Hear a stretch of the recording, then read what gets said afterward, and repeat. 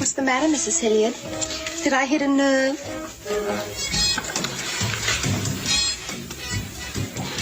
Just a bit of advice. If you're dressing for Stephen, not that one. He doesn't like anything quite so obvious. Thank you. But when Stephen doesn't like what I wear, I take it off.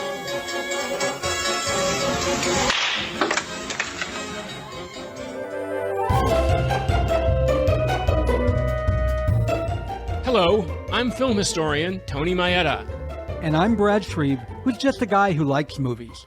We discuss movies and television from Hollywood's golden age. We go behind the scenes and share our opinions, too. And of course, being the average guy, my opinions are the ones that matter. As does your self-delusion. Welcome to Going Hollywood. Hey, everyone. We have a special treat in store for you this week on Going Hollywood. Recently, I was chatting with friend of the pod, Brandon Davis, host of Front Row Classics on NPR Illinois. I know you all know him. And we were talking about the film The Opposite Sex. And we were talking about recording an episode on this film for Brandon's show with a friend of his, Ben Burke. Well, I thought, we're doing a Guilty Pleasure series this summer on Going Hollywood. And this 1956 musical remake of The Women definitely qualifies for that. So we had an idea. Rather than do two separate episodes, we decided to consolidate the episode and have a little crossover experience. Just like back in the day when you'd be watching Friends and suddenly Noah Wyle and George Clooney would walk in. Or you'd be watching Mad About You and Joey and Chandler would suddenly appear. So you get what I'm saying? So consider this our very own Going Hollywood Front Row Classics crossover episode featuring myself, Brandon Davis, and Ben Burke talking about the questionable guilty pleasure, The Opposite Sex. Hope you enjoy it.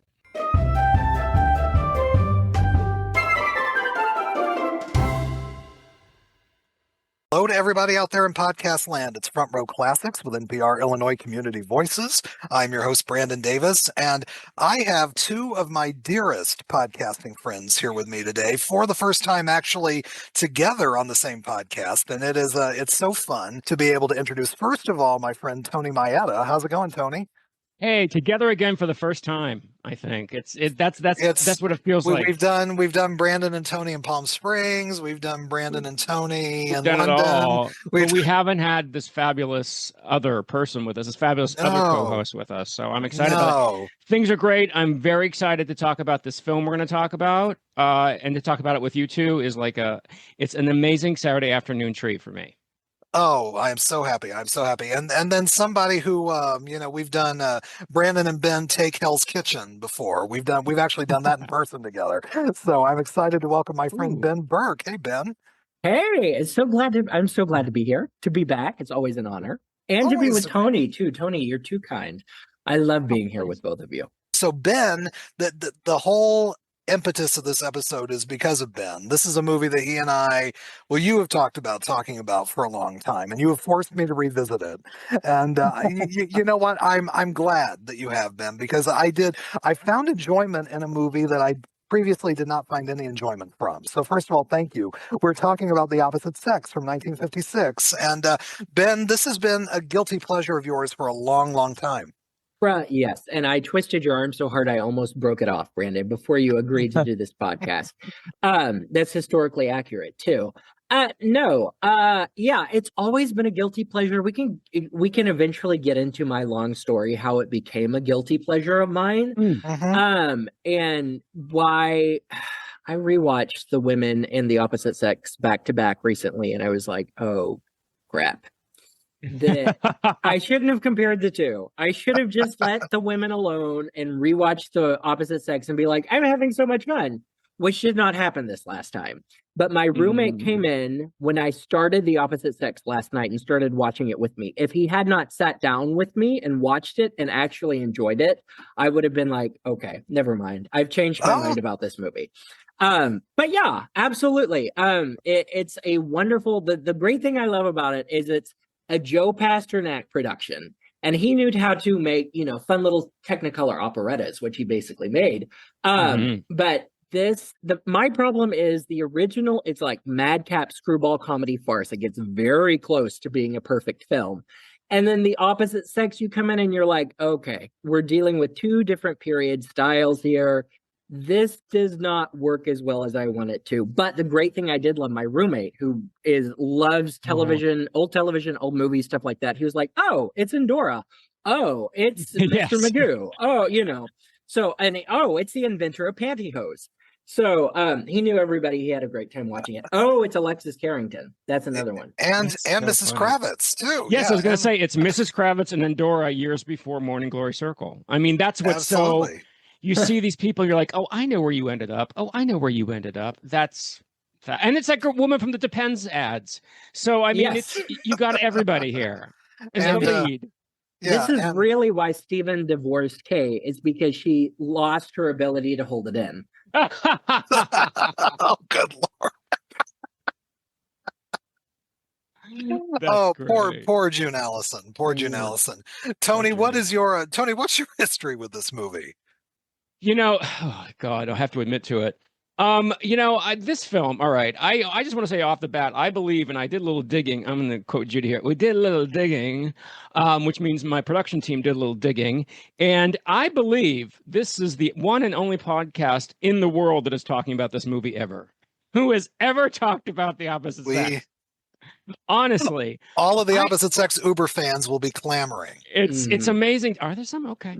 I remember seeing this film, gosh, it must have been on TCM some Sunday afternoon or something, and I started watching it, and I was like, oh, interesting, June Allyson, oh, interesting, Agnes Moorehead. I'm like, wait a minute, why does this sound familiar? It seems to me I've heard this song before. And then I realized, oh my God, this is the women. And then, of course, I did all my research. I was like, it is the women. In a way, it's the women. So I find so much wrong with this movie, and so much right with it. It's just like MGM in the last gasp of saying, hey, we're still here. We can still do this. And you're like, not really, MGM. You're not really doing it. No. So, definite love-hate with it. Definite love. Yeah. However, like it a hell of a lot better than I like the 2008 travesty that what's her name? Diane English. Diane English did. Yeah. This is much, much better. Much better. No, because she tried to make it political and she tried to do some of that, and so it doesn't wash that way. Yeah. It works as just kind of a fluffy, crazy entertainment. But yeah, watching it again, I'm just like, they have such a good cast. Joe Pasternak knows how to produce it. Maybe having someone like David Miller at the helm directing this, they needed to get somebody else. Just because I'm just like, in what universe do you have June Allyson sing and dance and Ann Miller doesn't? And Dolores Gray, hello. And Dolores Gray. Now they threw Dolores Gray the bone and have her sing under the titles, but still it's Dolores frickin' Gray. Come on. Oh my goodness. I mean, just after she stole the movie the year before and It's Always Fair Weather, so you would think they would be clamoring for her to do that. But no, it's fascinating. I just like, man, it's an interesting twist. It's, a version of the women with the men injected in, with a couple of new characters added, a couple of characters taken out.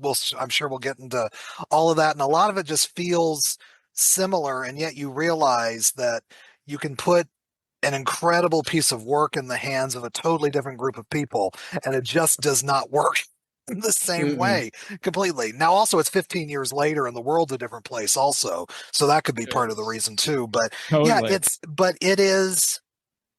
it's so interesting and it looks incredible. I'm watching it again. I'm like, this is one of the most attractive movies I've ever seen. And I made Ben so happy. I actually purchased the Blu-ray because I knew that we were doing it. So wow. It looks stunning. It is gorgeous. Though, I will say. It is gorgeous. For the color alone in those Helen Rose costumes, which my housemate Michael hates the costumes. I don't have that visceral reaction to costumes ever. However, obviously it's not Adrian. But it's such a gorgeous, it's late 50s MGM, CinemaScope, Technicolor. It's like Butterfield 8. It's like Les Girls. It's this gorgeous confection in color. I love. That I love. Yeah. Well, the thing I love about Helen Rose costumes is Hitchcock hated Helen Rose because she designed for North by Northwest and he tore them all up and he threw them out. But she designs costumes that you would never really see in real life. Never. I know they're the most uncomfortable costumes, but they're gorgeous and they're beautiful. I have decided that if I were a drag queen, I would want my wardrobe to be Dolores Gray's in this movie. Yes. But recently, talking about Helen Rose, I rewatched Interrupted Melody for the first time in a long time. And I was like, you know what? I would rather have Eleanor Parker's wardrobe after she becomes famous in that movie. I mean, and they're just the most unrealistic things. It's like no woman in her right mind would go around wearing these things, but they're absolutely gorgeous to look at. And it's Metro color. It's not even Technicolor. It looks like Technicolor. You're right. Yes, Metro color. Yes, but Metro color is like my second favorite after Technicolor because Metro color had like a pop and a punch. You watch like Gigi or Bells Are Ringing or The Courtship of Eddie's Father. It looks gorgeous, but it's definitely not Technicolor. Talking about Helen Rose, so she's not Irene Sharaff. She's not Adrian. She's not one of these. Not Edith Head, for God's sake.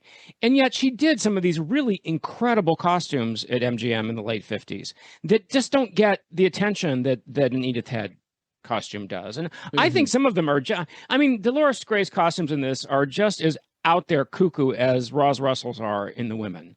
I mean, completely. They're just absolutely eye-popping, stunning, and I think Helen Rose needs to get known a lot more because I don't believe she gets the credit she deserves. Well, and I've read that Edith Head was better at like speaking out for herself, almost like marketing herself better than Helen Rose was. Well, that's why she won all the awards.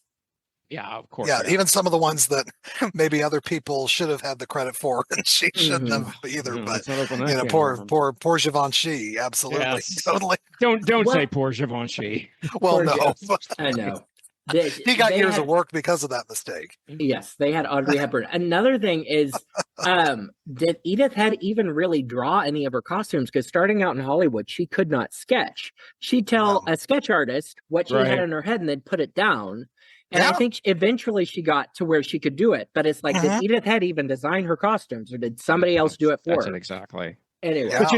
But Brandon, you mentioned David Miller. And I'm just like, could there be a more run-of-the-mill milk toast? I mean, yes, Sudden Fear. Yes, I'll even throw out the story of Esther Costello there. But we know who directed those two films, right? I mean, we don't have to worry about that. No, we don't. He's so bland. What's wrong with this movie is there is no spark. There is no magic to this like you have in other late 50s. We talked about Les Girls. I love Les Girls because we got Q-Core here directing this. Gigi, same thing. What is it about David Miller? He's like the male June Allyson. He's just bland. Yeah, there's absolutely nothing there. Yeah, and I texted you all throughout the period of watching this, and I consider myself growing up a June Allyson fan, and it's so funny when the internet came about, and there were message boards. I didn't realize the hate among the classic film community for both June Allyson and Van Johnson. Well. Yeah, of course, Van Johnson's a whole other can of worms. But June Allyson, and the older that I get, the less and less I enjoy June Allyson on screen. And I told you all, by 1956, unfortunately, her girl next door charm just doesn't exist anymore. We're not in sort of Two Girls and a Sailor, June Allyson stardom here, and and unfortunately, they even make a crack in the movie that she needs to change her hairdo. Why didn't they? Yeah, I mean, I hope we're not getting ahead of ourselves, but the whole young man with a horn sequence. Why didn't they just go back to Two Girls and a Sailor and show? I don't understand that. Yeah. I mean, it's MGM. They could have done that. They didn't even bother to change her freaking hair. She still has that tiny little that she had, you know, for the rest of her career, that little tiny hairdo she had. And I'm like, why? What was the point of that? What was the point of that? I am not a June Allyson fan. I've never been a June Allyson fan. So you're much more gracious than I am. No, well, yeah. Tony and I have, Tony and I agree on a lot. We found our two big major differences are Jimmy Stewart and An American in Paris are our two big things that we differ on. Okay. But other than that, he and I are pretty simpatico on everything. Ben and I are fairly like evenly matched on everything. But yes, except for this movie, of course. Except for this movie. I will say about June Allyson though, when she's young and first of all, Brandon, that's ageist. No, I'm just kidding. By the time she gets, you can tell like she and Dolores Gray, some of them have so much pancake makeup on, especially on the Blu-ray. It's like, you know, they're like Meryl Streep and Goldie Hawn and Death Becomes Her. It's like they are trying to, and this is one reason why Lucille Ball started wearing that skin cap, the cap under her wig is to pull her face back. But she was very cute in the 40s when she was adorable. And she's never really, as my acting coach says, she's somebody like Esther Williams who can't act her way out of a paper bag. But she was adorable. By the time she gets to this, like I said, I shouldn't have started with the women because Norma Shearer, even though she's a little bit above, she's a little bit too theatrical at times for my taste. Norma Shearer knows how to handle what's going on in the movie, and you see it between each of her lines. You can read between the lines to see how she's actually feeling. June Allyson can look sad and she can cry, but she can't do much more than that. So there is not the emotional depth that you feel in the original movie. I think that's what my major issue is, because Norma Shearer, even though she's playing this more, you know, earthy housewife compared to the Crystal character played by Joan Crawford, Norma Shearer still feels cosmopolitan. So, you know, she still has this. June Allyson doesn't feel cosmopolitan in any way, ever. No, not at all. Not at all. This character should not be the girl next door. She should be a very, very, she should be Norma Shearer. You know, I have lots of issues with Norma Shearer in The Women. I love it when Joan Crawford gives the screws to her. I think it's so much fun. And then when she takes it back at the end, I don't know, you're like, yeah, you go, girl. I mean, I hope she falls out that window when she puts her hands out to run to Steven. I'm like, just keep running, because that is just some silent film acting we don't need. But I could not. Suddenly June Allyson gets balls and she goes back to get Leslie Nielsen. And you're like, I could care less, to tell you the truth. I really could care less. And they ruined it by putting men into this film. It's like, I could care less about Leslie Nielsen. He looks like a little freshman boy that's taken his first acting class, a freshman in college, and he's trying his darndest, but he can't even live up to June Allyson at this point. No. And this is a year before Tammy and the Bachelor too, which I think he's much better in. But he doesn't seem like he's not up to being on screen with all of these veteran women who've just been doing it so much longer than he does. I think he's even outshined by Jeff Richards in this movie too. We'll get to him in just a second. I think so too. No, I really do think the biggest mistake that Faye Kanan and Michael Kanan made was putting men in this. I know it was the gimmick. But it takes away, because you know why? Because when you have an actor in there, then suddenly there's a persona.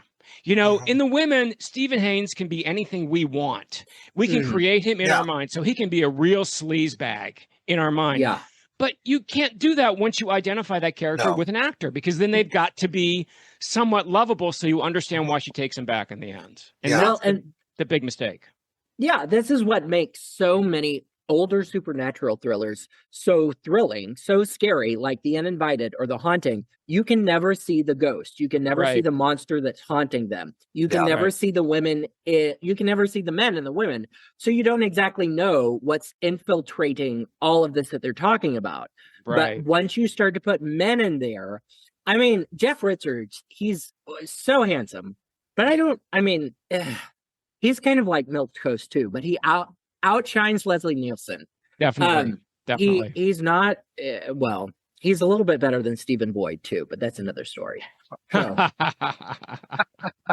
Yeah, I mean, it's Well, let's go into, we can talk about the men in a second, because you're right. I mean, the Kanans, Tony, they defended this decision. And I'm just like, I Oh, think yeah. part of the reason the women works, and I think it's because it's so clever, is that, the play and then the 39 film, they set it in all of these areas where women would only gather and you wouldn't see men. And that was so clever about that, because then it still felt real, even though it was a gimmick or whatever. And then when you add the men into this, it's just kind of like the fun goes out of it, and the stakes aren't as high, because if you don't feel like the men are worthy of the stakes in this movie, I don't think it works anymore, and it doesn't matter. But I do think had they kept to what the original gimmick of the women is, with this cast, I think it probably could have worked much better.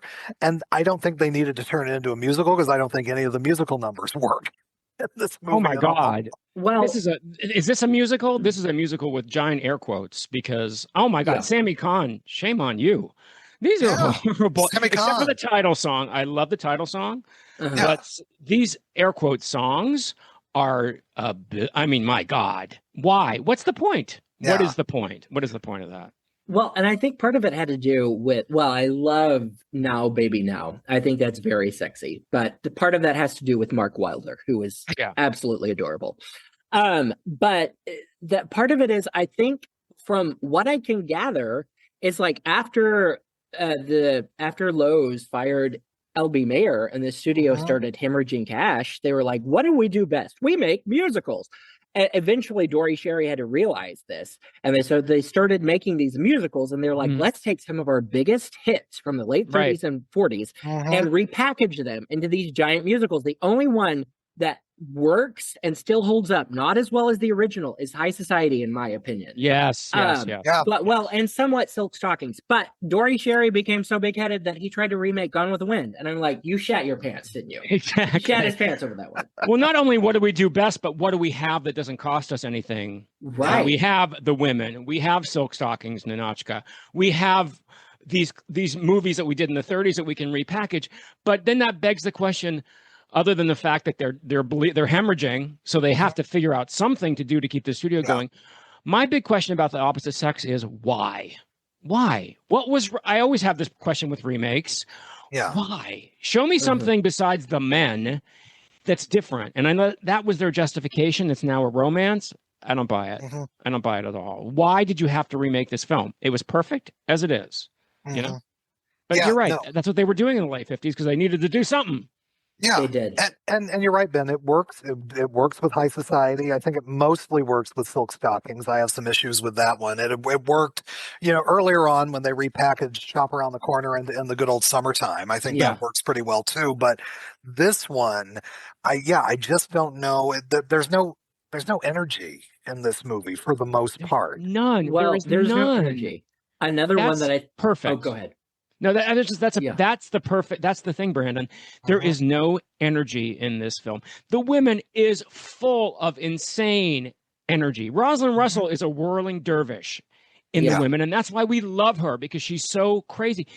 I love Dolores Gray, but you can't compare them. There's no energy in this film, and that's David Miller. That's David Miller. Oh, absolutely. He did not draw any performance. I love 95% of this cast, and you even get Mady Norman. You get poor Elvira in this movie. Charlotte Greenwood. Charlotte Greenwood. I know. She doesn't even get to kick her legs up. It's amazing what is to this me. about? I know. I'm like, you get all of these wonderful performers, and you don't get to.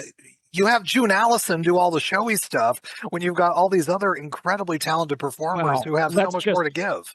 Address the elephant in the room. How do you put Ann Miller in a film that's a musical and she plays a showgirl and she doesn't dance once? How do you do that? If there was ever a movie where a character could have had, a rip-off skirt, this is it. And do they the don't Campbell include Soup it. commercial here. Go for the Campbell Soup commercial, Ann. It's a perfect opportunity. I will say that is the one time I feel like when June Allyson is on the train and we get that scene with Agnes Moorehead and Ann Miller, that's when the energy comes up just a little bit, because they are both so wonderful and so good and just have these incredibly bubbly personalities. But even then, the script just does them no favors after that.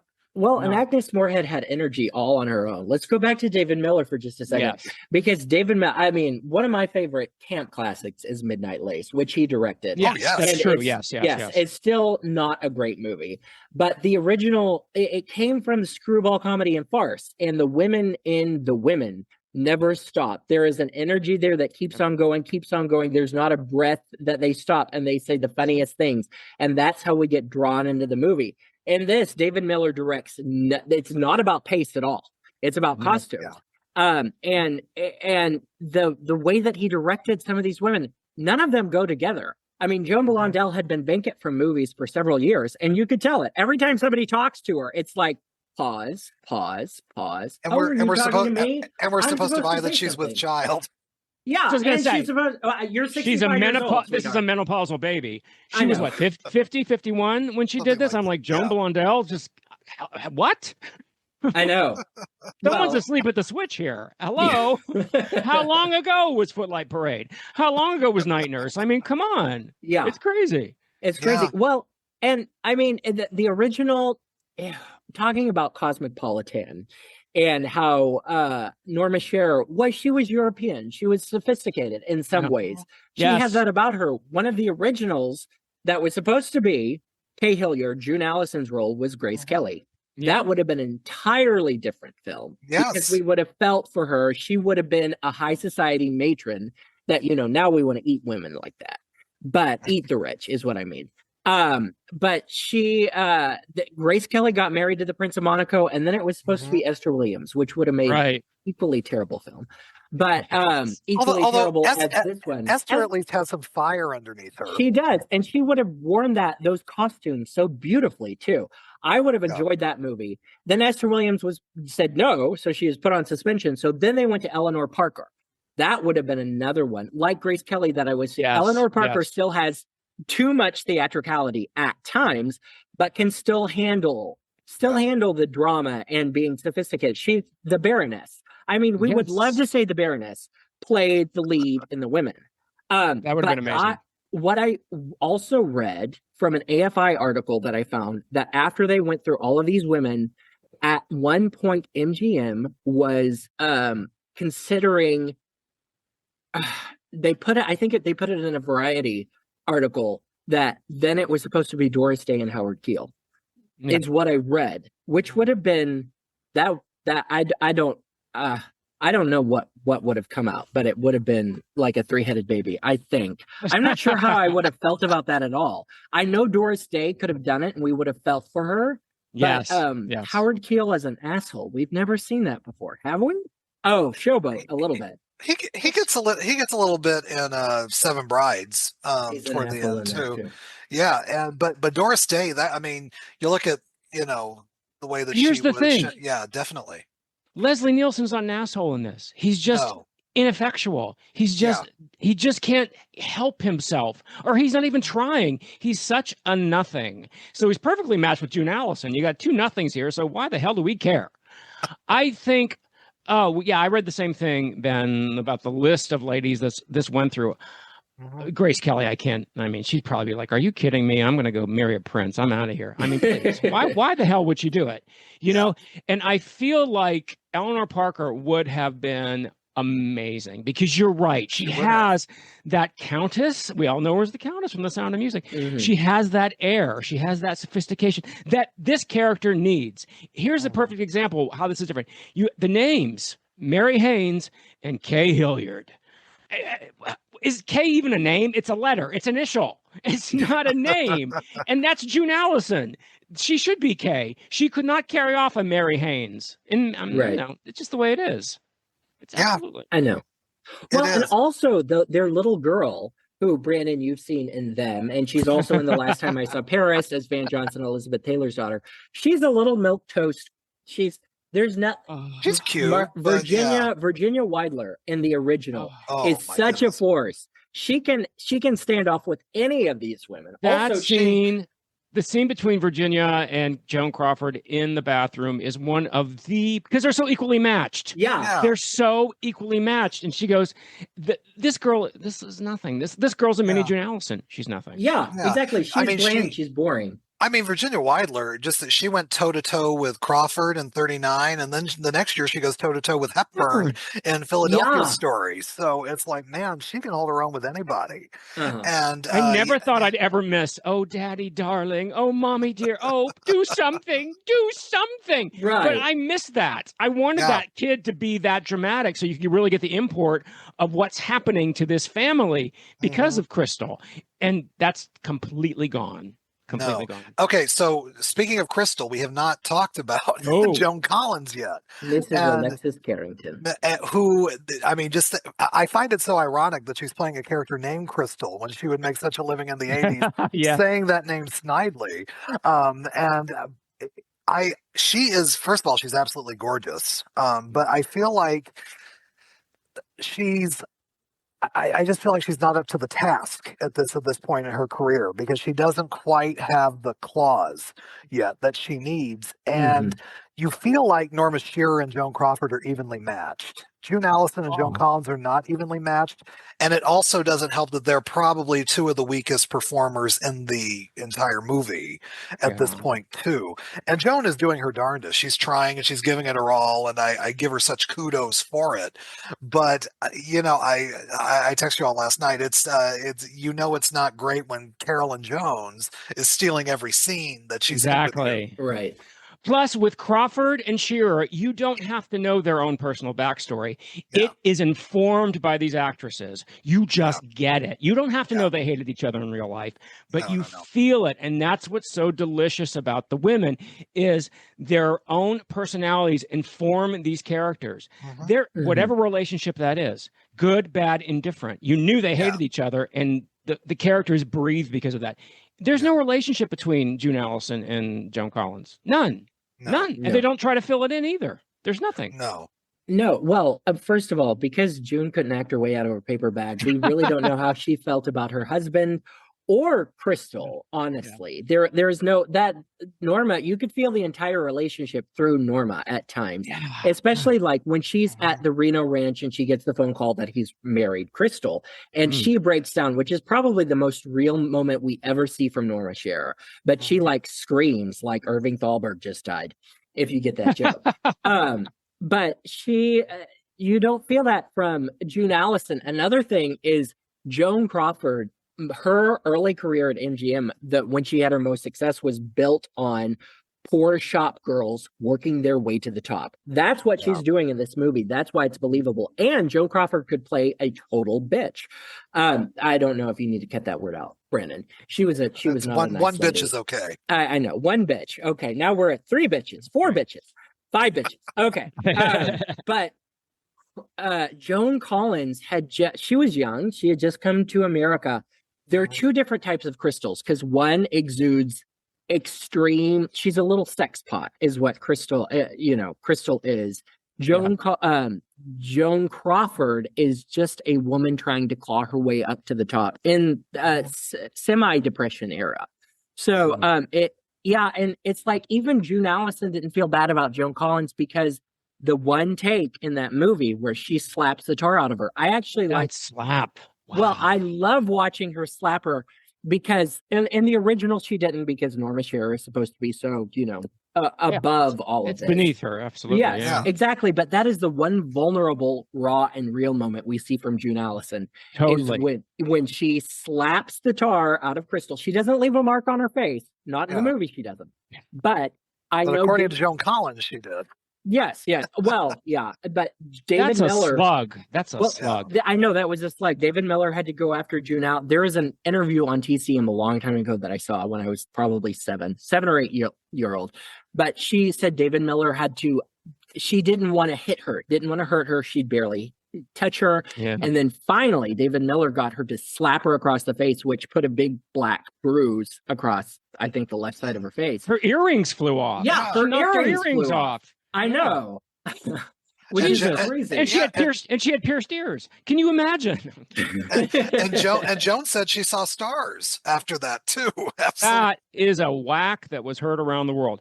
That is the most galvanizing moment in this whole movie to me, is that slap. No, and really I don't necessarily agree with it. I don't know that that character should slap Crystal. I'm very much in the women camp, where she's above that kind of physical altercation. But for 1 second, this movie comes alive. Yeah. Slaps her like that. Well, and also, when do we ever see June Allyson do something like that in a movie too? Have that kind of real, raw moment. Right. It just shows you maybe we could have gotten more out of June, in other performances. But yeah. Another thought I had about June is like the studio was going after big box office people. June Allyson, because I think she left MGM around 53 or 54. She had already left, Came back in 54 to do Executive Suite, then left. But with Executive Suite, I think is it Airstrike Command, the Glenn Miller story. Glenn Miller story was a blockbuster, so she had been some big hits. She had like 4 or 5 big hits. She was one of the top. I've read was one of the top female stars of 54 and 55. So that's why they went after her for this, which she had played housewives. She was a housewife. She just wasn't. She would have just had, she would have let anybody take Dick Powell from her. She wouldn't. See, I wonder about that too. Did anybody say, "Oh, here's Joan Blondell, here's June Allyson"? I mean, it's kind of interesting. They were both Mrs. Dick Powell. Yeah, and they actually have, and there's a scene together where it's just the two of them at one point. Like, how uncomfortable must have that been? June Allyson also talks about this in this interview. She said that she felt Joan Blondell would never talk to her on set. They had that one scene together, and it's just reaction shots back and forth. And she said usually lots of actors would like to stay behind the camera and read with June while they do reaction shots. Joan Blondell, after they shot her part of the scene, she left. And they still had to do June Allyson shots, so she wouldn't even stay to do the scene with her. She pulled a Norma Shearer, what Norma did to Joan on the women, and wouldn't give her the reaction shot. So Joan retaliated. At least by knitting when she was giving it, when she was doing. Here's the thing about going back to Joan Collins. I always feel that. I feel that. And please believe me, I love Joan Crawford in The Women. I think she is so funny, so fierce, so raw. I love her in that movie. I think she's a little too old. And I think that Joan Collins is the correct age. However, because Joan Crawford is a little older, this is a Crystal with some miles on her. And I really feel it makes the end of The Women touching. The fact, and I said this when we talked about The Women, the fact that this is a Crystal who's been around the block. She's got to go back to that perfume counter. She's not a young chippy anymore. And I find that kind of moving about that. When Joan Collins is, first of all, we really don't even see Joan Collins get defeated. We just know that Buck Winston gives her the brush off, and that's it. You don't really feel that oof. You don't feel that kind of a gut punch you feel with Joan Crawford saying, "I guess it's back to the perfume counter for me." I know. And so I miss that. I miss that kind of. I don't want. There's almost like a touching quality. At least maybe it's just me, but there's a touching quality to Joan at the end of The Women when she's defeated. That you certainly don't get from. There's a feeling with Joan Collins at the end of this, like she's going to be okay. She's going to find somebody else. She's fine. Yeah, absolutely. Yeah. Crawford has a certain pathos at the end of The Women, which I find very moving. I think it's not very moving. It's not like, but I find it touching in this crazy farce that there's that little bit of reality there. Yeah. It's not the yearling moving. But just like Mary Boland is George Feldenstein has referenced the performance. Mary Boland is one of the greatest performances on film, which I would, and how do you follow that? Agnes Moorehead did in an extreme camp way. I've also read that Jesse Royce Landis would be good in this role. I thought so too. That would have been interesting.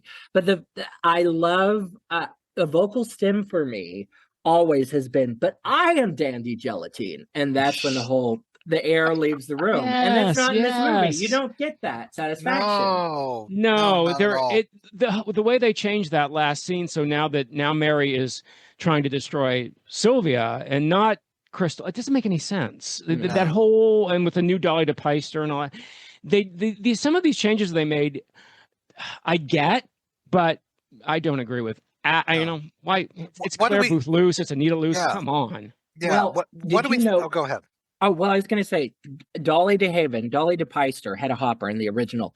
The remake, Dolly DeHaven, was the manicurist in the 1939 one. Did you know that? Did you know Yes, I read that. Okay, great. Never mind then. None of you are impressed. Neither one of you. Forget I said it. Cut it out. It's all right. What do we think about the new character, Amanda, played by Ann Sheridan?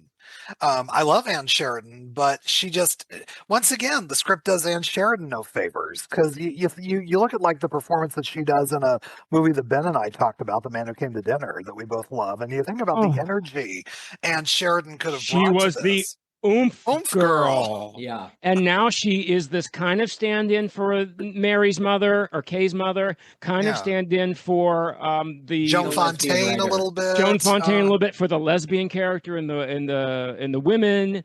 Yeah. I mean, she's it's again nothing, and it's Anne frickin' Sheridan. I mean, come on. This is a brilliant comedian, and she's wasted. She is wasted in this film. Like Joan Blondell, wasted. Totally I know, wasted. totally wasted, because they had no coaching behind the scenes, no direction really. He just put the camera on them and said go. But true. Ann Sheridan, the movie starts out with energy, it really does, and her, in my opinion, and the voiceover of her, I'm like, oh, this is a fabulous woman, until you start to get into it, and then you're like, no, none of this is fabulous. But I think when I first saw it in 7th grade, that was the thing that pulled me in, because I had seen the women. I'd seen the women multiple times. I started in like 4th grade. We were kindred spirits, Ben. Yes, when I was very young, when I saw it. And I think the thing that pulled me into it in the 7th grade was Ann Sheridan's voiceover. And I was like, what is this amazing movie? And then I watched half of it and I was like, that was really interesting. And then I couldn't find it on DVD or any place, so I didn't see it again until the DVD came out my sophomore year in high school. And then I watched it on repeat, studying for a Latin final. I made a C on the Latin final, so I shouldn't have done that. But I watched it like 3 times when I was deliriously tired. And I think that's one of the reasons why this became a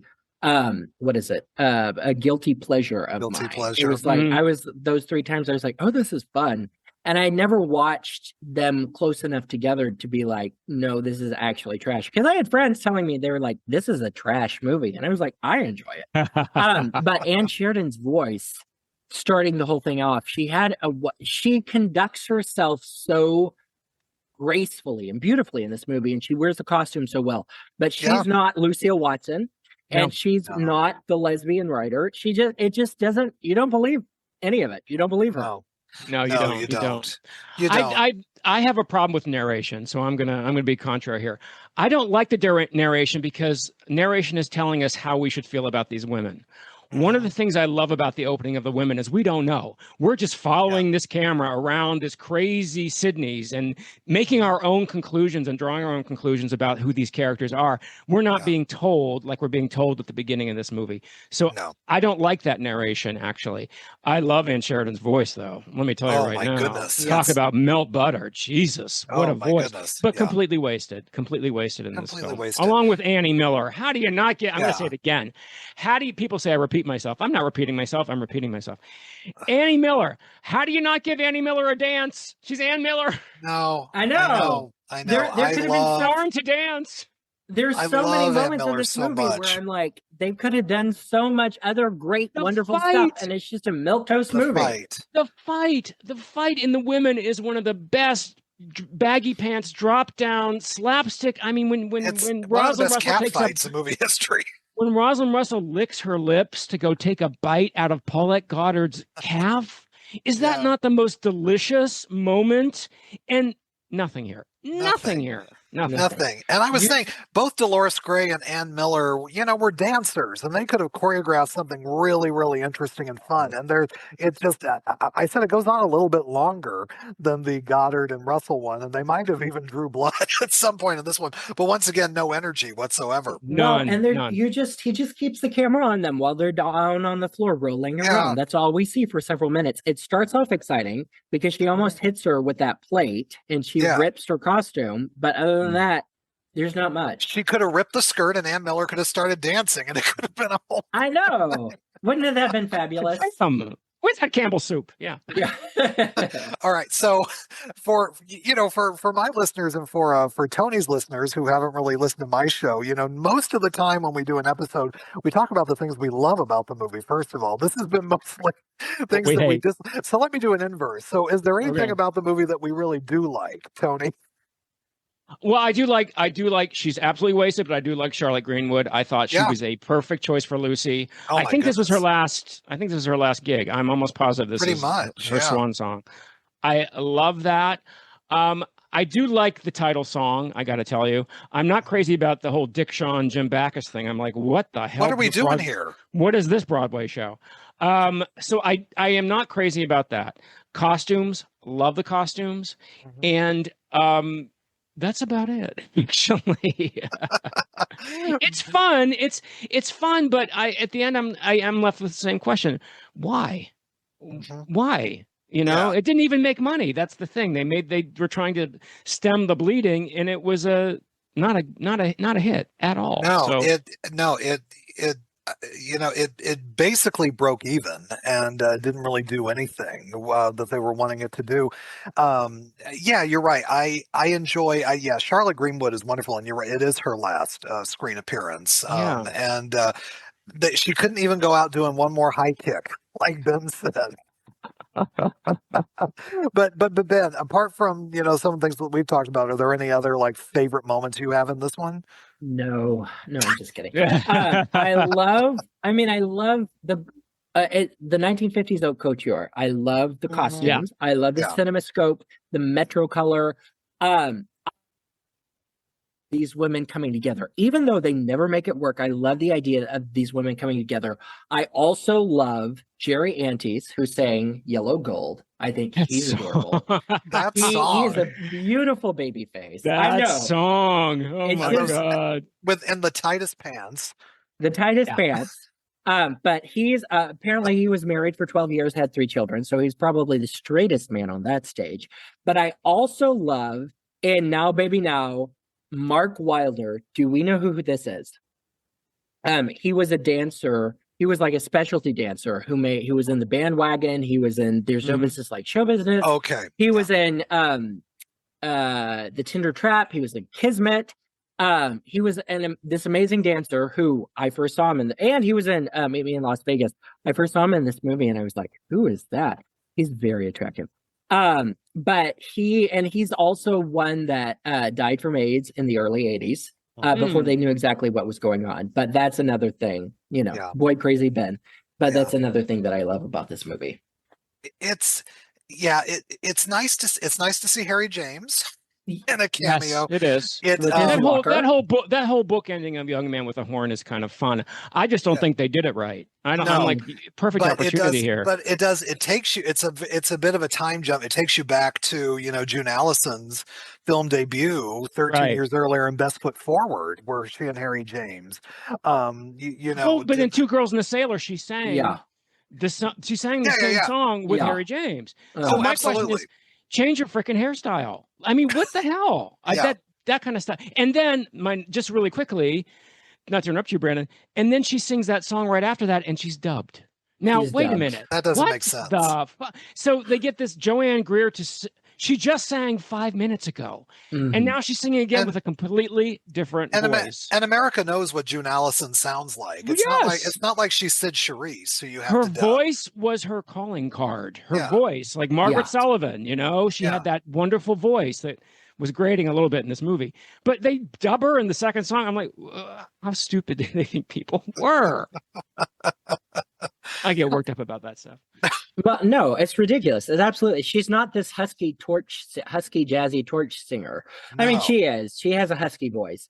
She sings like a tenor one, basically. Yes. But it's just it's a different. They shouldn't have done it. But that's Dory Sherry's MGM. Look at that.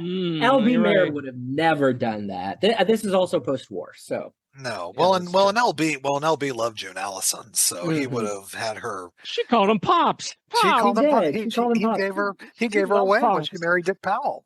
Yeah, so funny. Some loved him and some hated him. She loved him. Elizabeth Taylor hated him. She loved him. Jane Powell loved him. I mean, Judy Garland certainly had her issue. Yeah, it's just so funny how everybody had. It's so funny how everybody had a different story when it came to Hepburn. Hepburn had a great deal of respect for Mayer too. Yeah, Miller loved him. It's just literally. Hey, I recently watched an interview with Joan Rivers where she asks her, "Were you L.B. Mayer's girlfriend?" She's like, no. He liked to dance with me, but we were never boyfriend and girlfriend. Yeah. Dance euphemism, I think. I know, She liked to dance dance. So we didn't cover, we mentioned him real quick, but I do think the male performance that's better than Leslie Nielsen's in this is Jeff Richards as Buck Yes. Winston Yes. in this, and I think they were trying to capitalize off the success of Seven Brides, just 2 years before, although they seem to forget that Jeff Richards was the one brother in the movie who didn't sing or dance. And that's the thing. You go back and rewatch the movie. I didn't realize it until several years ago. Every time they start dancing, Jeff Richards runs off the screen, and you barely catch him. But each time you watch him run off the screen, it's like there's six brothers. Every once in a while, a girl will leap into his arms or something. And that's probably it. But speaking of Jeff Richards, what was up with that date rape scene with him and June Allyson in the boat? Sexual assault. He does this with all of these divorces. It's in God, the 50s. The 50s. What a whacked out mentality. At least June could handle herself. At least she left him in the boat. She left him in the canoe with his guitar. She got a couple good feels, and then she jumped right in the boat, in the lake. It was great. She's looking for Shelley Winters. Is this the lake Shelley Winters? Anyway. I know. They're both skinnier in the water. So No, but yeah, it's man, this is this whole movie is just an odd compendium of so many different, but it is, and we mentioned on top though, it's so fun to see these little bits by character actors who you just love, like Alice Pierce, pop in or whatever, who really make the most of this. And like I said, Carolyn Jones, to me, anytime she's on screen, I can't take my eyes off of her. I love all of these actresses in different movies. Yes. That's the problem here. What do you like about the opposite sex? I love the actresses in different parts, in different movies. Yeah. Every one of them. They just don't gel. It just doesn't come together. No. And did I tell you guys that Carolyn Jones is from my hometown? Of course I did. You don't say. Yes, Really? Amarillo, Texas. No, but actually, interesting enough, her little sister was my grandmother's age, and they went to the same school. And according to my grandmother, they were pretty good friends. And she said she went over to her house several times, and Carolyn Jones was very quiet. She would never talk to her or any other friends she had over, but just her little sister. So anyway. Stunning woman, just a stunning. I know. Woman. Yeah. And she has so many scenes with Joan Collins in this. And wasn't she was married to Aaron Spelling, around this time too. And who knew? Everything is, Hollywood is such a small community. Everything. It's so. I think that's what's so interesting too. Yeah. But no, I just think, as we said, this movie was just in the wrong hands.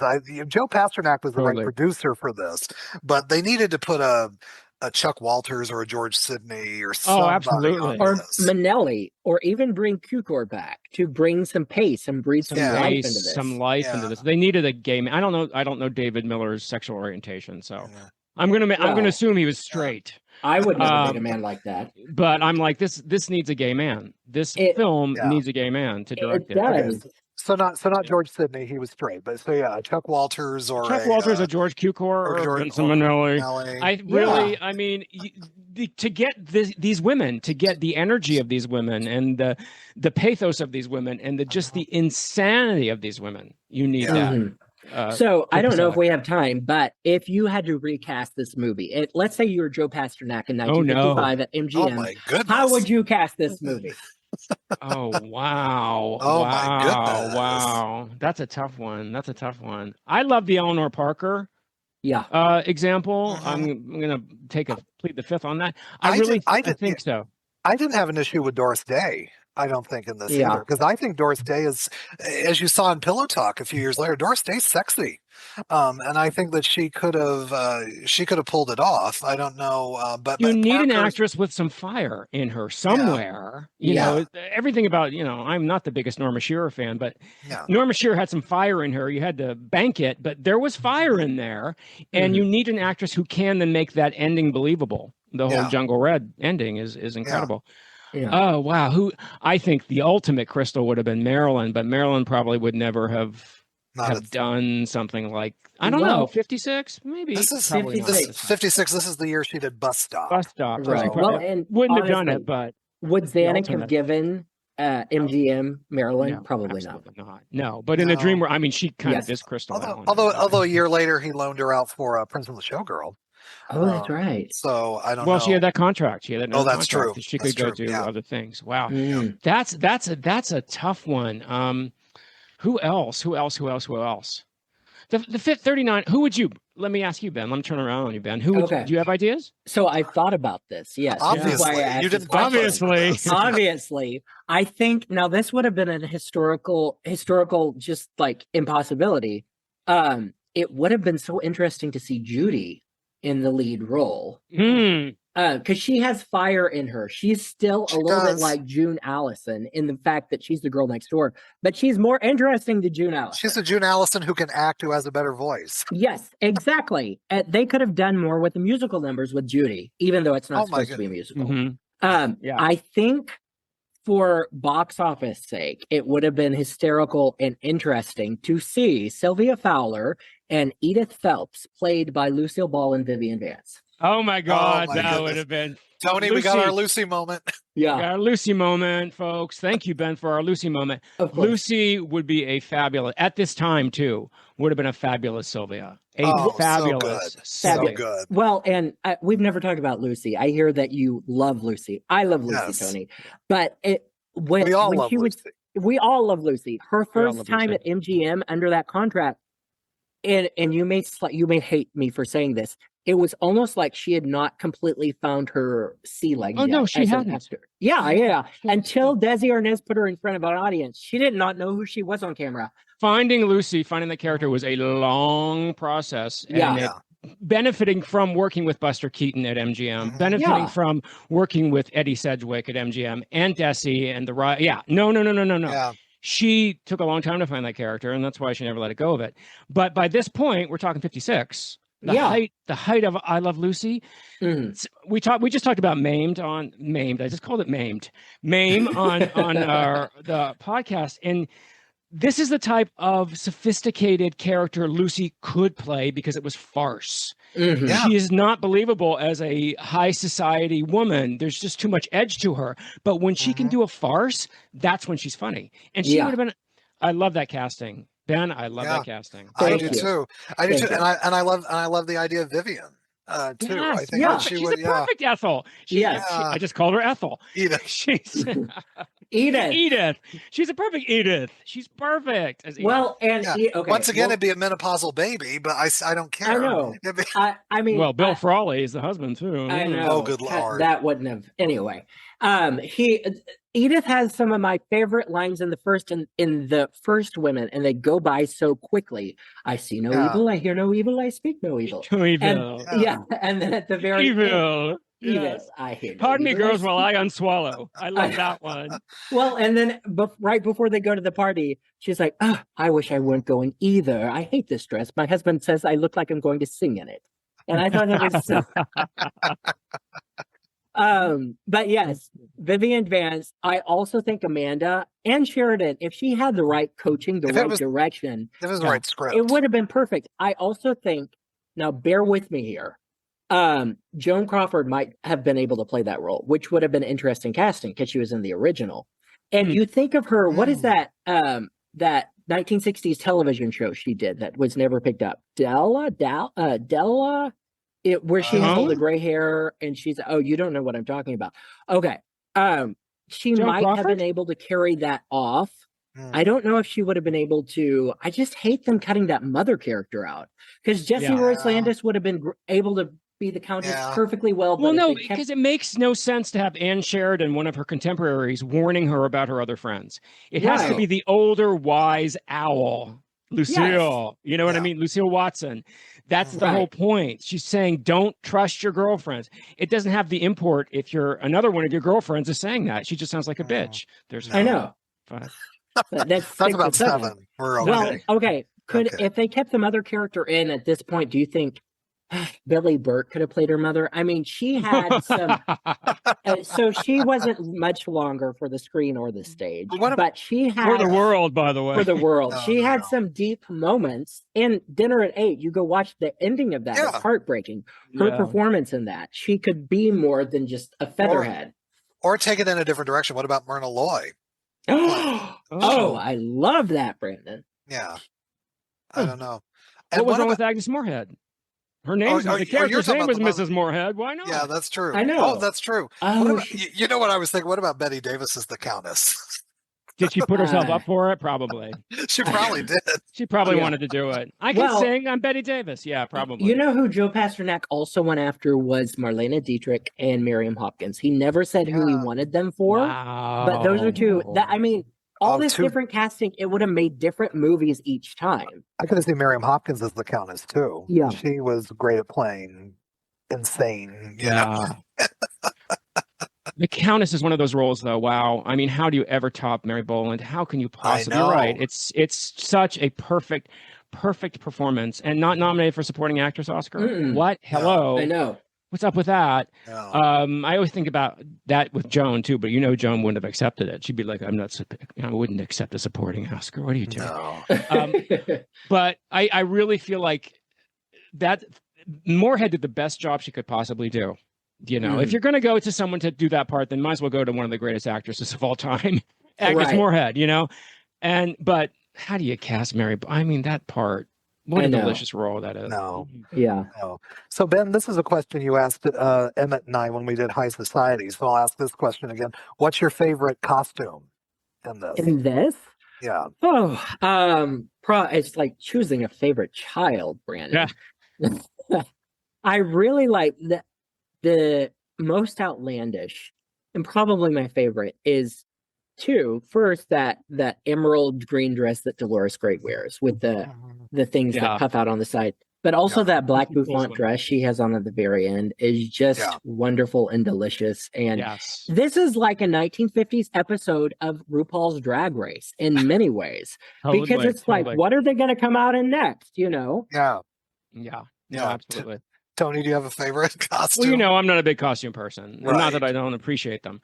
I love Dolores Gray's costume when the one that Ben talked about, when they come to the party and she pulls up the Yes. sides of it. You know what That's I mean? fine too. That's fab. And it also shows what Dolores Gray, if she had just been given something to work with, Yeah. could have done. Little moments like that. I guarantee you David Miller didn't tell her to do that.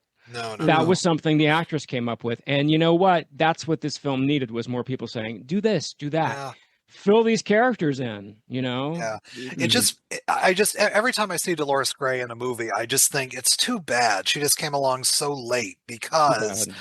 she could have been, you know, she did those 4 movies at MGM. She did Fairweather and Kismet, this, and then Designing Woman, which she's great in too, with Bacall and Gregory Peck. And then, Yeah. you know, they got rid of her contract just to save budget, but then she went and, you know, did stage work and television work and all of that, and went to England. But what a dynamic performer she is. I mean, she's just, you can't take her eyes off of her when she's on No. screen. Almost too big for screen. Almost too big. Yeah. Yeah. So it's not surprising she had the greatest success in theater, because she's almost too big. But God, what a talent! What a talent that woman was, Yeah. and you know, wasted. Yeah. No. So many people wasted in this movie. So many. So But many still a lot of fun to wasted watch. opportunities. It's fun. Yeah. It's fun to watch. I don't want to discourage anyone who hasn't seen it before from listening to this to not go and watch it, because you'll find things to have fun with if you enjoy laughing at, you know, things that were done badly. Well, you know, as Ben said, guilty pleasure. And we're doing Yeah. guilty pleasures on Going Hollywood, and this is another perfect example of guilty Yeah. pleasure. It's a fun confection to watch. It really, really Right. is. I mean, it is.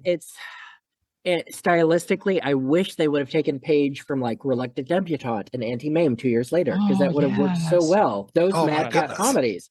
But Yeah. it Oh, doesn't work. It's so many. So the thing is, yes, absolutely watch this movie. Sit down, watch the women with the subtitles on. You're going to have a great time. It moves so quickly. Use the subtitles. does.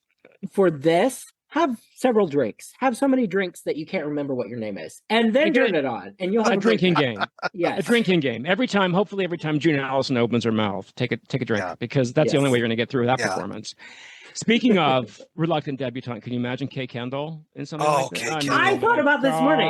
Or That Angela would be- Lansbury. She's Wow. a Reluctant Debutante too. Angela Lansbury could have played the mother. There She you could go. have, she could have played anything at this point in Yeah. 1956. She could have. Absolutely. Yeah, no. So many different directions that could have gone with this. But Yeah. you know, this movie, it was nominated for a Golden Globe for One Best Golden Musical Globe. Comedy, Best Picture. That sucked. Also, while I'm thinking about it, before we get off, do we realize that the nightclub, the skylight room, and the dressing room, all of that has been refashioned from the set in Kismet. All of that paneling and that What an eye, giant, Ben. What an eye. well, the giant mural behind, like when Kay goes over and talks to Steve and Crystal, that giant mural is in the harem when they do Rahad Lakum in Kismet. Oh, so man. I think that is fascinating. And then the orchestra is playing when Kay enters. They're playing what is it? Is it My Lucky Star from Meet Me in Las Vegas, which is the same year. So they're trying to See, you were an encyclopedia on the B and GM movies. That's amazing. I've seen too many. I haven't seen Kismet in so long. It's been a while. Would have picked that up. Wow. Well, and it's a weird trick that I have because I was recently rewatching Presenting Lily Mars, and I was like, "Oh, this is the nightclub from Broadway Rhythm." And it is. They recycled it for that same anyway. Yeah. You know what? I was thinking back to the first time I saw this, and it was Joan Collins was hosting an evening. She was the guest programmer on TCM with Robert Osborne, and she picked, they always had you pick 4 movies or whatever. She picked The Original Women, and she picked this to show side by side. And her reasoning was, I just think it's always unfairly compared to the women, and I want people to enjoy it on its own. And I thought, well, good for you, Joan. But don't pick it to be right next to the women. Right next to it. I know. I'm like, Joan shouldn't have picked the women. She just should have picked that too. But do you think people do that with High Society and Philadelphia Story, or do you think? I don't think as much, just because with High Society, you've got, First of all, it's still a great script. It's a good score, and you've got Crosby and Sinatra and Celeste Holm. Yeah, it's just a perfect confection that way. And they don't really do that with Ninotchka and Silk Stockings, even, because Silk Stockings is so different, because you've got Astaire and Sid Charisse and Janice Page, who's wonderful in that. So yeah, this one is just, I think, that kind of anomaly in terms of the musical remake of a 30s 40s comedy. Well, and Designed, I mean, Silk Stockings obviously was on Broadway before. And it was a Broadway show before. Broadway. And then High Society became a Broadway show. Yeah. So they both, but hello, The Women, Broadway play. I mean, there are bones here that they didn't musicalize this. They just stuffed in these songs and called it a musical, which is the most boring kind of musical there is. Because the movie stops and we watch the song about a banana. Granted, he is adorable. I will definitely give you that. Yeah. But why are we watching a song about bananas other than to see Joan Blondell turn green? I mean, it's just so silly. It doesn't make and there is that joke there, but it's not paced well. It's not. No. It's like the worst. Okay, people are going to hate me for this, but it's like the worst timing in Will and Grace. There are moments in Will and Grace where I'm like, this is not good comedy. That's what happens with the banana. It's like, yes, she's sick. Vivian Vance could have done that so much better. Totally. So much totally. Better. Oh, so much better. Just thinking about it now. Lucy and Viv watching that. That's my dream, Ben. That's a dream. I want to be thinking about that. My goodness. Oh my gosh. Well, I guess that's a great way to close this out. Definitely. This has been so much fun having the two of you. We'll have to do this again as a threesome sometime. Definitely, Tony. And a lot of fun. And then and then Ben. Definitely. I hope the Going Hollywood audience appreciated your presence. Yeah. Well, Ben and Ben just confirmed before we start recording, he is going to be a guest on Going Hollywood too. So we're going to figure that out too, because it's just the wealth of knowledge that between you, I said to him before we started, I'm like, please go easy on the old man, because between the two of you, when you talked about young men with a horn, I was just like, what? How? I'm always saying this to Brandon. I'm like, how do you remember these esoteric facts so quickly? And Ben, the same thing. So you really kept me on my toes, and I appreciate it for a Saturday afternoon. First of all, Tony, you look younger than the both of us. So don't even start with me. Don't even start with me. Brandon sent me a picture of you, and I was like, who is this 35-year-old? And it was like, he's 87. I sent him the picture of us together at Carol Burnett's apartment building when we were in LA. We broke into Carol Burnett. We didn't tell people that, did we? Hey, audience, I finally got into Carol Burnett's apartment building. He did, and he took me with him. And Well, we that's got fantastic. a photo in front of the one-room apartment she grew up in. Yeah, that was brilliant. Well, thank you. I appreciate that. You're welcome. Also, I think we had such a great time today bashing this movie. We should find something else that we all hate and get back together again. Let's do it. Let's Not do an Murderous American, this time. not an American in Paris. I would Oh, never okay. bash. I would never bash an American in Paris. Well, we could do Yolanda and the Thief or something. You take me wrong oh my there. gosh, Yes, Yolanda yes. the Thief. My gosh. Yes. No, but this was a lot of fun, and yeah, we will have to do this again. And I'm always happy to talk to Tony. Tony and I hopefully at some point will also collaborate on something again. So Yeah, definitely. Well, you're coming on this year too. So that's right. That's maybe right. you didn't know that. To talk a little You are. Streisand and Yeah. Well, so this was so much fun. Thank you for including me. yeah.